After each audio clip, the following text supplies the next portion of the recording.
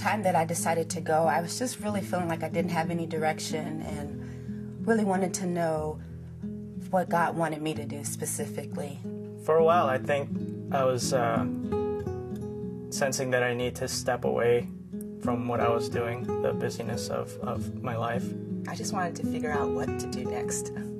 I was having difficulty figuring out how to see my perspective on life, seeing it besides just serving in church or even just my work. Just seeing a bigger perspective. It was something that was new, that no one had ever heard of, and when it was described to me as something very different from the normal retreat, I was kind of intrigued to go check it out. Affirmation. Clarity. Unveiling. Perspective. Confirmation. Life-changing and awesome. I have been on plenary retreats and conferences, but I believe Focus Living is different because it gives you the space to kind of look at not only what God has called you to do, what God has made you to do, but kind of looking at your life from birth and looking at all of the different circumstances, and then you realize nothing has happened by coincidence, and you kind of see a pattern, and it really helps you to kind of see what God has created you to do.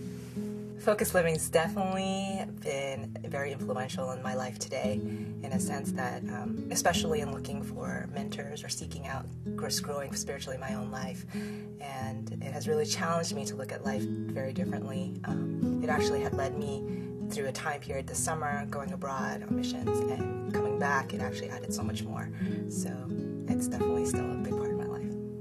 In many ways, Focus Living was the beginning of a process. And when I left the retreat, it was more like taking a first step. In no way was it something that completed that weekend, but it kind of sent me on a journey and was helping me really see what my first step would be. When I draw a picture, I start with some scribbles, start to rough out shapes, start looking at composition. And as you do that, you start to zero in on portions of the drawing and flesh it out, add in details. But you have to train yourself, you have to almost force yourself to take a step back from the drawing, look at it from a distance, and see how it's working together, respond to what's going on, and maybe adapt and adjust as you go.